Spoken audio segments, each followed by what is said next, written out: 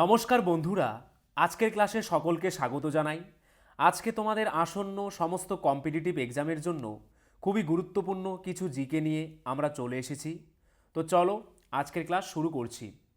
প্রথম প্রশ্ন কি রয়েছে?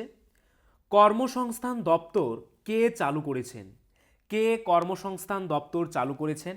অ্যান্সারটি হয়ে যাবে অপশন সি, ফিরোজ শাহ তুগলক কর্মসংস্থান দপ্তর চালু করেছিলেন। এরপর দেখো কিছু উল্লেখযোগ্য কি পয়েন্টস কি রয়েছে। প্রথমে, কার সময় চেঙ্গিস খান ভারত আক্রমণ করেন? ইলতুৎমিশের সময়কালে। দিল্লির কোন সুলতানের দুবার রাজ্যাভিষেক হয়েছিল? আলাউদ্দিন খলজির। ইকতা প্রথা কে চালু করেছেন? ইলতুৎমিশ। কর্মসংস্থান দপ্তর কে চালু করেছেন? ফিরোজ শাহ তুগলক। পুরীতে জগন্নাথ মন্দির কে ধ্বংস করেন? ফিরোজ শাহ তুগলক। খলজি বিপ্লব হয়েছিল কবে? 1290 সালে। দিল্লির সুলতানির শেষ শাসক কে ছিলেন? ইব্রাহিম লোদি। খলজি বংশ ধ্বংস করেছিলেন কে? মালিক কাফুর। কোন সুলতান নিজেকে খলিফা বলে ঘোষণা করেন? কুতুবুদ্দিন মোবারক শাহ। সুলতানি যুগের সরকারি ভাষা কি ছিল? ফরাসি। দিল্লির খলজি সুলতানরা কোন জাতীয় ছিল? তুর্কি ছিল। লক্ষণ সেনের আমলে মুসলিম আক্রমণকারী বাংলা জয় করেছিল কে? বখতিয়ার খলজি। 40 চক্র ধ্বংস করেছেন কে? গিয়াসউদ্দিন বলবন অর্থাৎ উলুগ ঘা। কুতুব মিনারের বর্তমান যে অবস্থানে সেটি শেষ পর্যন্ত কোন সংস্কার কর্ম করেছেন? ফিরোজ শাহ তুগলক। দিল্লির যে সুলতান দরবেশি রাজা নামে পরিচিত তার নাম কি? নাসিরুদ্দিন মাহমুদ শাহ। গাজী উপাধি নিয়েছেন কে? গিয়াসউদ্দিন তুগলক। দিল্লির যে সুলতান প্রথম খালিফায় স্বীকৃতি পান কে? ইলতুৎমিশ। সুলতানি যুগের আকবর কাকে বলা হয়? ফিরোজ শাহ তুগলককে সুলতানি যুগের আকবর বলা হয়। দেওয়ানি আম ই কোহি কে গঠন করেন? মোহাম্মদ বিন তুগলক। কোন সুলতান দাসদের পৃথক বিভাগ তৈরি করেন? ফিরোজ শাহ তুগলক। পাগলা রাজা নামে কে পরিচিত? মোহাম্মদ বিন তুগলক পাগলা রাজা নামে পরিচিত। লোদি বংশের শেষ সুলতান কে ছিলেন? ইব্রাহিম লোদি। তৈমুরলংকে ভারত আক্রমণের সময় দিল্লির সুলতান কে ছিলেন? নাসিরুদ্দিন মাহমুদ শাহ। লাখবক্স বা লক্ষ্যদাতা নামে পরিচিত কে? কুতুবুদ্দিন আইবক। কুতুবুদ্দিন আইবক নির্মিত স্থাপত্যটির নাম কি? আড়াই দিন কা ঝোপড়া। দিল্লির সুলতানি শাসনের পতন হয় কবে? 1206 সালে। দিল্লির সুলতানের রক্ষা করতে কাকে বলা হয়? গিয়াসউদ্দিন বলবনকে দিল্লির সুলতানের রক্ষাকর্তা বলা হয়। পরবর্তী প্রশ্ন, শূন্যের আবিষ্কর্তা ছিলেন কোন বিখ্যাত ব্যক্তি? কোন বিখ্যাত ব্যক্তি শূন্য আবিষ্কার করেছিলেন? অ্যান্সারটি হয়ে যাবে অপশন এ, আর্যভট্ট। তারপর দেখো, দ্বিতীয় চন্দ্রগুপ্তের উপাধি কী ছিল? বিক্রমাদিত্য।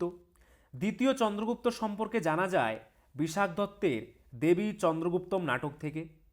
দ্বিতীয় চন্দ্রগুপ্ত পরম ভাগবত নামে পরিচিত ছিলেন।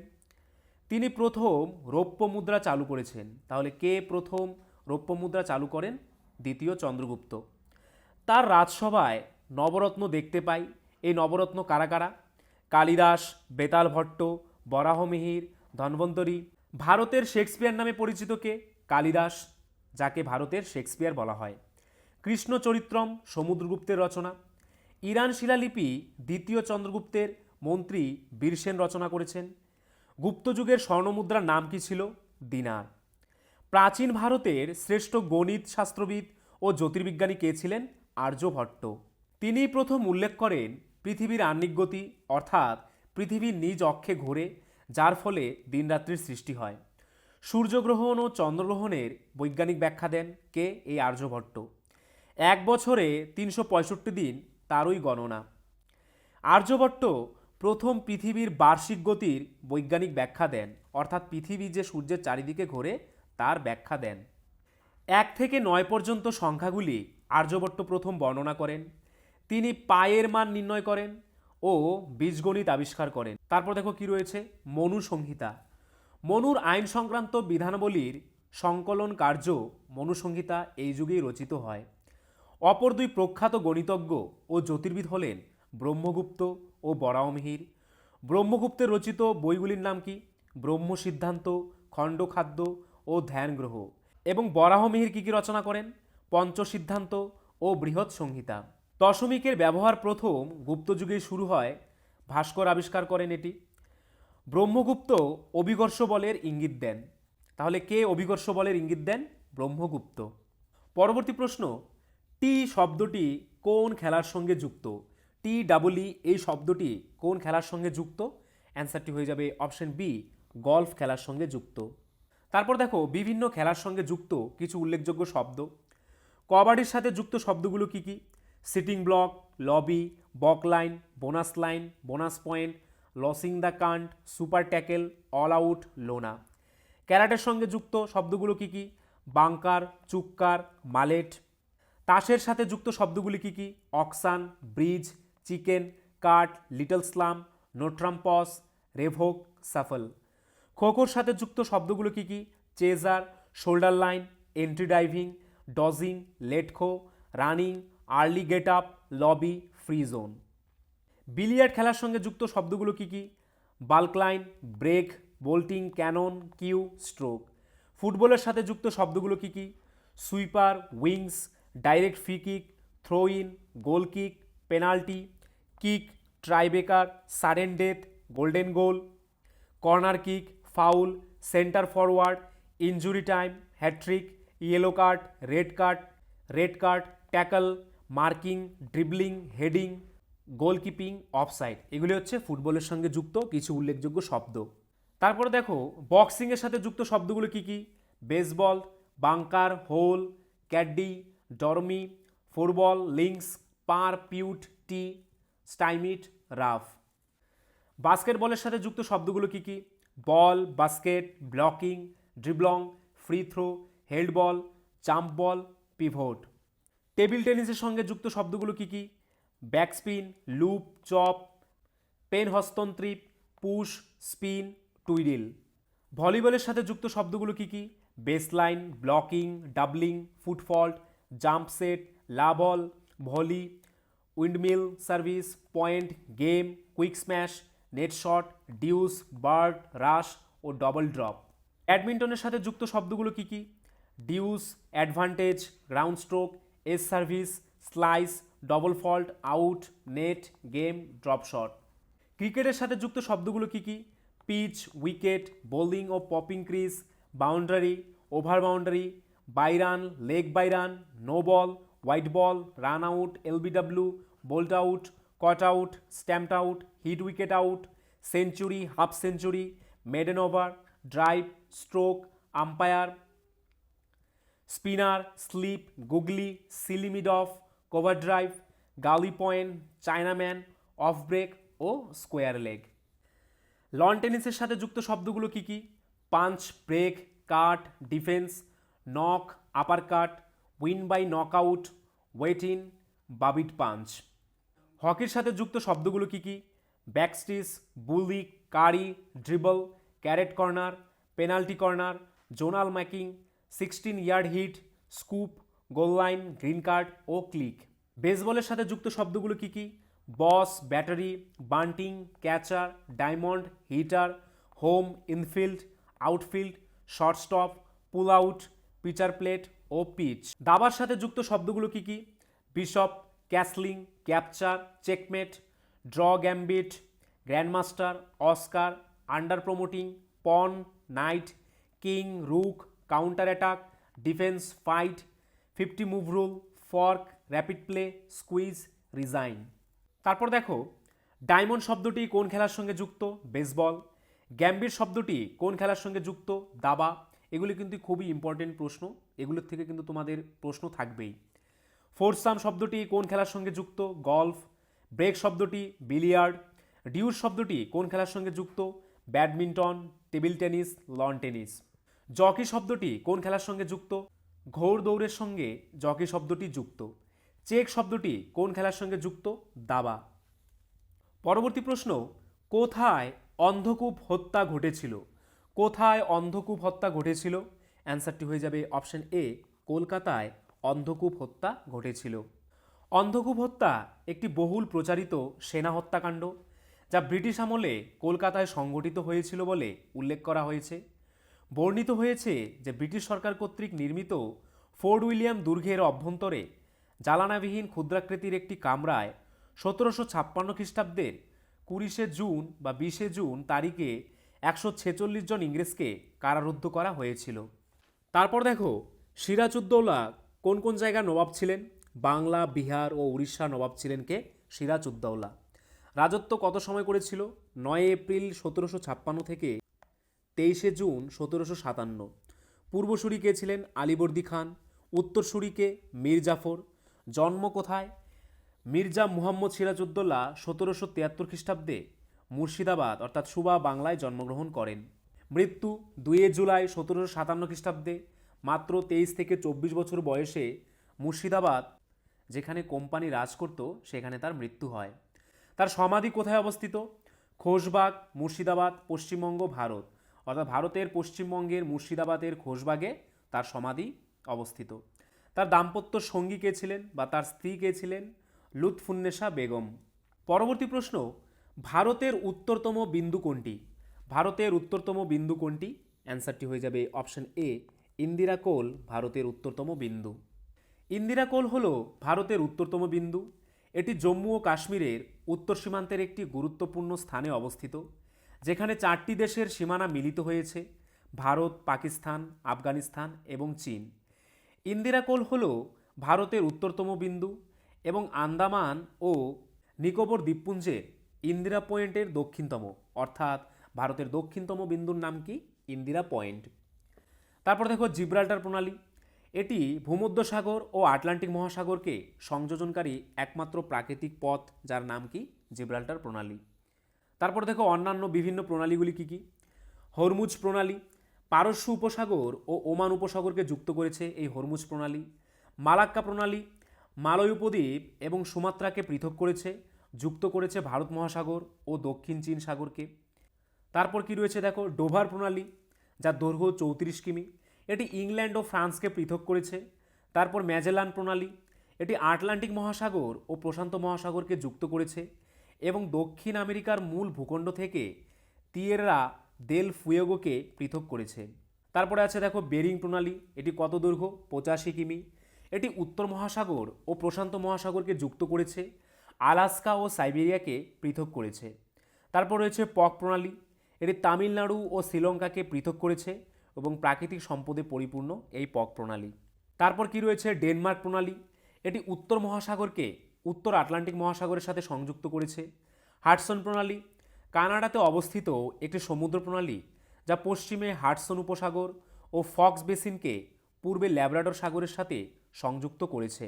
তারপর রয়েছে বাব এল মানদেব, লোহিত সাগর ও এডেন উপসাগরকে যুক্ত করেছে এই বাব এল মানদেব। পরবর্তী প্রশ্ন, নিম্নের কোন পুরস্কারটি ইউনেস্কো কর্তৃক প্রদান করা হয়? নিম্নের কোন পুরস্কারটি ইউনেস্কো প্রদান করে? অ্যান্সারটি হয়ে যাবে অপশন বি, কলিঙ্গ পুরস্কার। বিজ্ঞানের জনপ্রিয়করণের জন্য কলিঙ্গ পুরস্কার হল একটি পুরস্কার যা ইউনেস্কো অসাধারণ দক্ষতার জন্য প্রদান করে। এটি 1952 সালে বিজু পট্টনায়কের অনুদানের পরে তৈরি করা হয়েছিল, যিনি ভারতের কলিঙ্গ ফাউন্ডেশনাল ট্রাস্ট নামে ট্রাস্টের প্রতিষ্ঠাতা সভাপতি ছিলেন। পরবর্তী প্রশ্ন, রক্তে অক্সিজেনের স্বাভাবিক পরিমাণ হ্রাস পেলে যে অবস্থা সৃষ্টি হয় তাকে কি বলে? তাকে অপশন বি, হাইপোক্সিয়া বলে। চিকিৎসার অবস্থা যেখানে একজন ব্যক্তির রক্তে অক্সিজেনের মাত্রা গড়ের চেয়ে কম হয় তাকে হাইপোক্সিয়াও বলা হয়। হাইপোক্সিয়ার সময় শরীরের অঙ্গ এবং টিস্যুতে অক্সিজেন সরবরাহ করতে অসুবিধা হয়। পরবর্তী প্রশ্ন, সুলতানি যুগের প্রথম প্রকৃত শাসক কে ছিলেন? সুলতানি যুগের প্রথম প্রকৃত শাসক কে ছিলেন? অ্যান্সারটি হয়ে যাবে অপশন বি, ইলতুৎমিশ। ইলতুৎমিশ শামসুদ্দিন ইলতুৎমিশ ছিলেন মামলুক রাজাদের মধ্যে তৃতীয়, যিনি উত্তর ভারতের প্রাক্তন ঘুরিদ অঞ্চল শাসন করতেন। তিনি দিল্লি থেকে শাসনকারী প্রথম মুসলিম সার্বভৌম ছিলেন এবং এইভাবে তাকে দিল্লি সালতানাতের কার্যকারী প্রতিষ্ঠাতা হিসেবে বিবেচনা করা হয়। পরবর্তী প্রশ্ন, ভারতের সমস্ত নদীগুলির মধ্যে দীর্ঘতম উপনদী কোনটি? অ্যান্সারটি হয়ে যাবে অপশন এ, যমুনা নদী। যমুনা গঙ্গা নদীর দীর্ঘতম উপনদী। এটি সরাসরি সমুদ্রে পড়ে না। যে প্রধান রাজ্যগুলির মধ্যে দিয়ে নদীটি প্রবাহিত হয় সেগুলি হল উত্তরাখণ্ড, দিল্লি, হিমাচল প্রদেশ, হরিয়ানা এবং উত্তরপ্রদেশ। যমুনার দৈর্ঘ্য কত? 1376 কিমি। যমুনার প্রধান উপনদী চম্বল, বেতোয়া, কেন। যমুনার ওপর নির্মিত বাঁধটির নাম কি? অসম ব্যারেজ। পরবর্তী প্রশ্ন, সঙ্গম যুগে গুপ্তচরদের কি বলা হতো? সঙ্গম যুগে গুপ্তচরদের অপশন সি ওরার বলা হতো। রাজকীয় রাজার গুপ্তচরদের বলা হতো ওরার এবং গুপ্তচর বৃত্তিকে বলা হতো বেভু বা অর্রু। পরবর্তী প্রশ্ন, ভারতের প্রথম তাপবিদ্যুৎ কেন্দ্র কোনটি? ভারতের প্রথম তাপবিদ্যুৎ কেন্দ্র কোনটি? অ্যান্সারটি হয়ে যাবে অপশন সি হোসেন সাগর তাপবিদ্যুৎ কেন্দ্র হচ্ছে ভারতের প্রথম তাপবিদ্যুৎ কেন্দ্র। ভারতের প্রথম তাপবিদ্যুৎ কেন্দ্রটি 1920 সালে নির্মিত হয়েছিল। এর নাম ছিল হোসেন সাগর তাপবিদ্যুৎ কেন্দ্র। তাপবিদ্যুৎ কেন্দ্রগুলি উচ্চচাপ এবং তাপমাত্রায় জলকে বাষ্পে রূপান্তর করতে কয়লার মতো কঠিন জ্বালানির দহন থেকে প্রাপ্ত তাপশক্তি ব্যবহার করে। পরবর্তী প্রশ্ন, কোন রাষ্ট্রকূট রাজা কন্নড় ভাষায় রত্নমালিকা রচনা করেন? কোন রাষ্ট্রকূট রাজা কন্নড় ভাষায় রত্নমালিকা রচনা করেছিলেন? অ্যান্সারটি হয়ে যাবে অপশন সি প্রথম অঘোষ বর্ষ কন্নড় ভাষায় রত্নমালিকা রচনা করেছেন। পরবর্তী প্রশ্ন, পৃথিবীর দীর্ঘতম ভূগর্ভস্থ পাইপলাইন কোনটি? পৃথিবীর দীর্ঘতম ভূগর্ভস্থ পাইপলাইন কোনটি? অ্যান্সারটি হয়ে যাবে অপশন সি হাজিরা, জগদীশপুর ও বিজাপুর। হাজিরা থেকে জগদীশপুর থেকে বিজাপুর এটি হচ্ছে পৃথিবীর দীর্ঘতম ভূগর্ভস্থ পাইপলাইন। হাজিরা, বিজাপুর, জগদীশপুর বা HBJ গ্যাস পাইপলাইন বিশ্বের বৃহত্তম এবং দীর্ঘতম ভূগর্ভস্থ পাইপলাইন। পরবর্তী প্রশ্ন, রকেটে জ্বালানি হিসেবে কি ব্যবহৃত হয়? রকেটে জ্বালানি হিসেবে কি ব্যবহৃত হয়? অ্যান্সারটি হয়ে যাবে অপশন বি তরল হাইড্রোজেন ব্যবহৃত হয়। পরবর্তী প্রশ্ন, উচ্চশিক্ষার জন্য আর্যভট্ট কোথায় গিয়েছিলেন? আর্যভট্ট উচ্চশিক্ষার জন্য কোথায় গিয়েছিলেন? অ্যান্সারটি হয়ে যাবে অপশন বি পাটলিপুত্রে গিয়েছিলেন। পরবর্তী প্রশ্ন, সংসদের স্থায়ী কক্ষ কোনটি? কোনটি সংসদের স্থায়ী কক্ষ? অ্যান্সারটি হয়ে যাবে অপশন সি রাজ্যসভা। রাজ্যসভা সংসদের স্থায়ী কক্ষ। রাজ্যসভা চিরস্থায়ী ও অধিকতর স্থায়ী কক্ষ। নির্দিষ্ট সময় অন্তর লোকসভার বিলুপ্তি ও পুনর্নির্বাচন ঘটে। রাজ্যসভা হল ভারতীয় সংসদের উচ্চকক্ষ। রাজ্যসভা রাজ্য এবং কেন্দ্রশাসিত অঞ্চলগুলির প্রতিনিধি এবং ভারতের রাষ্ট্রপতি কর্তৃক মনোনীত ব্যক্তিদের নিয়ে গঠিত। ভারতের উপরাষ্ট্রপতি হলেন রাজ্যসভার পদাধিকার বলে চেয়ারম্যান। রাজ্যসভাও তার সদস্যদের মধ্যে থেকে একজন ডেপুটি চেয়ারম্যানকে বেছে নেয়। পরবর্তী প্রশ্ন, ভারতে সর্বপ্রথম তেল আবিষ্কৃত হয় যেখানে, সেটি হলো কোথায়? ভারতের কোথায় সর্বপ্রথম তেল আবিষ্কৃত হয়? অ্যান্সারটি হয়ে যাবে অপশন বি ডিগবয়। আসামের ডিগবয়ে সর্বপ্রথম তেল আবিষ্কৃত হয়। 1889 সালে আসামের ডিগবয়ের কাছে প্রথম তেল উৎপাদন শুরু হয়। এটি ছিল ভারতের প্রথম তৈলক্ষেত্র। পরবর্তী প্রশ্ন, কাকে মারাঠা রাজনীতির চাণক্য বলা হয়? অ্যান্সারটি হয়ে যাবে অপশন সি নানা ফড়নবিশকে মারাঠা রাজনীতির চাণক্য বলা হয়। পরবর্তী প্রশ্ন, কোন স্তন্যপায়ী প্রাণীর হৃদস্পন্দন সবচেয়ে কম? কোন স্তন্যপায়ী প্রাণীর হৃদস্পন্দন সবচেয়ে কম? অ্যান্সারটি হয়ে যাবে অপশন বি নীলতিমির হৃদস্পন্দন সবচেয়ে কম। বৃহত্তম স্তন্যপায়ী প্রাণী নীলতিমি একটি সোফার আকারের হৃৎপিণ্ড রয়েছে এবং তাদের হৃদস্পন্দন প্রতি মিনিটে 2টির মতো কম রেকর্ড করা হয়েছে। যে কোনো উষ্ণ রক্তের স্তন্যপায়ী প্রাণীর হৃদস্পন্দন সবচেয়ে ধীর প্রকৃতির হয়। পরবর্তী প্রশ্ন, পর্যায় সারণীর কোন পর্যায়টি অসম্পূর্ণ? পর্যায় সারণীর কোন পর্যায়টি অসম্পূর্ণ? অ্যান্সারটি হয়ে যাবে অপশন ডি সপ্তম পর্যায়টি অসম্পূর্ণ। ষষ্ঠ পর্যায়টি হল সবচেয়ে দীর্ঘ পর্যায় যেখানে 32টি মৌল রয়েছে। সপ্তম পর্যায়টি হল অসম্পূর্ণ পর্যায়। পরবর্তী প্রশ্ন, পশ্চিমঘাট ভারতের পশ্চিম উপকূলের একটি গুরুত্বপূর্ণ পর্বতপ্রণালী। এই ঘাট শব্দের অর্থ কী? এই ঘাট শব্দের অর্থ কী? অ্যান্সারটি হয়ে যাবে অপশন ডি গিরিপথ। পশ্চিমঘাট হল একটি পর্বতশ্রেণী যা উপদ্বীপীয় ভারতের পশ্চিম উপকূল থেকে প্রবাহিত হয়। হিন্দিতে ঘাট শব্দের অর্থ হল নদী অবতরণ সোপান বা পার্বত্য গিরিপথ। এটি হিমালয় পর্বতমালার চেয়ে প্রাচীন। এটি সাহাদ্রি নামেও পরিচিত। এটি ইউনেস্কোর বিশ্ব ঐতিহ্যবাহী স্থান হিসেবে স্বীকৃতিপ্রাপ্ত। পরবর্তী প্রশ্ন, পিত্তরসে কোন উৎসেচকটি থাকে? পিত্তরসে কোন উৎসেচক থাকে? অ্যান্সারটি হয়ে যাবে অপশন ডি পিত্তরসে কোনো উৎসেচকই থাকে না। পিত্তরসে কোনো উৎসেচক বা এনজাইম থাকে না।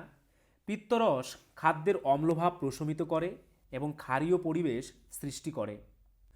পরবর্তী প্রশ্ন, যার লেখার দ্বারা মহাত্মা গান্ধী গভীরভাবে প্রভাবিত হয়েছিলেন তিনি কে?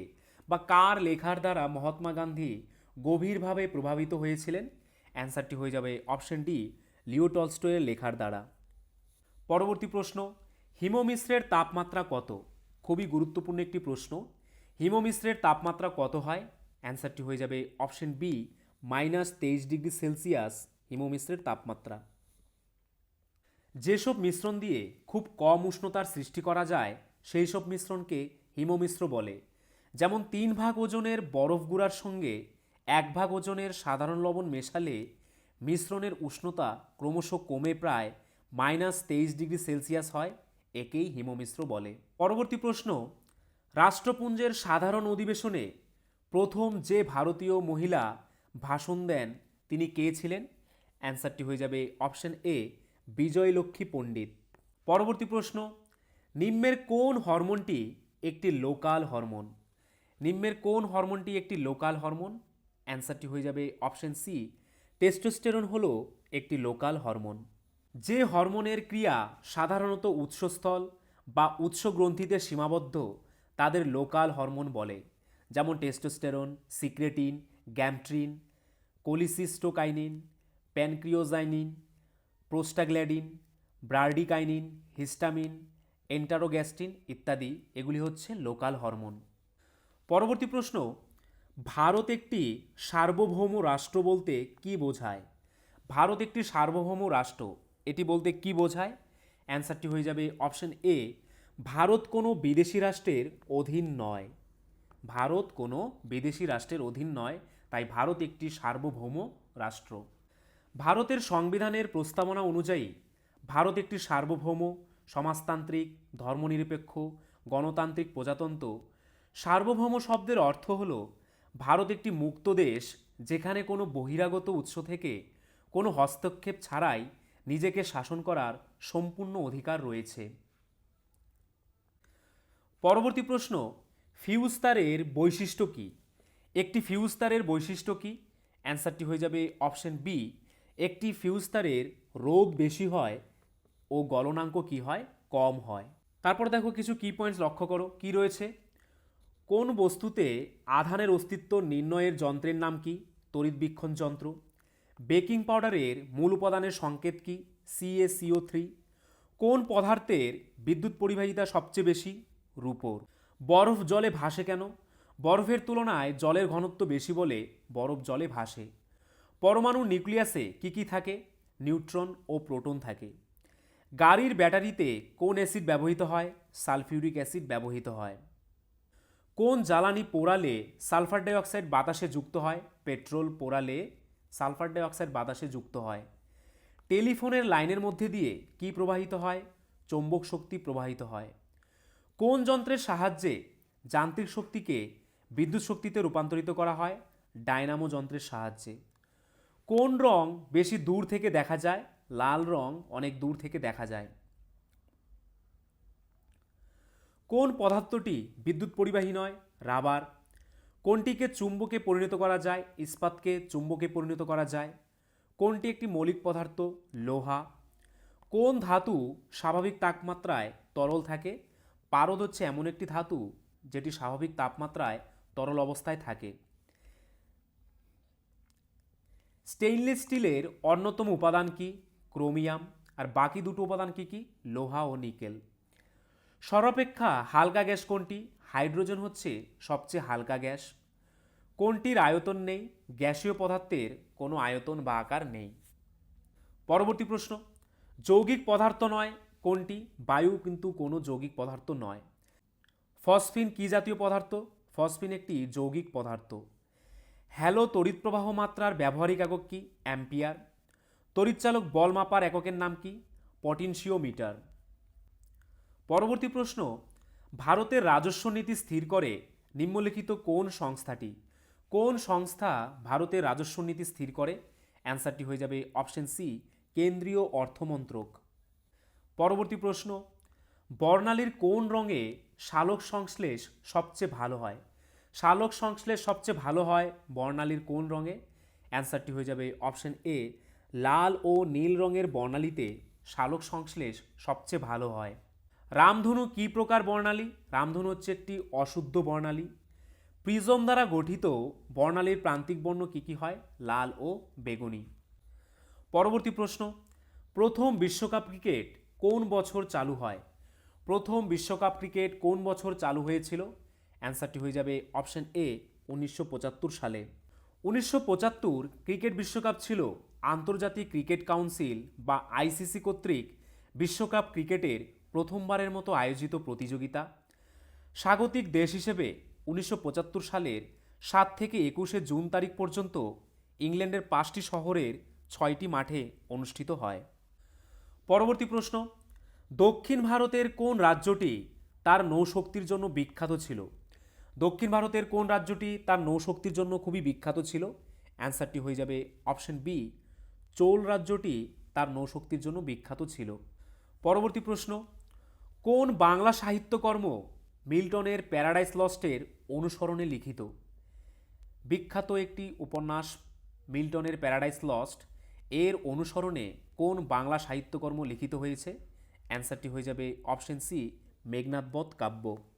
এটি একটি মহাকাব্য যা ব্ল্যাঙ্ক ভার্স বা মুক্ত ছন্দে রচিত। মহাকাব্যটি বাইবেলের কাহিনীর ওপর ভিত্তি করে রচিত।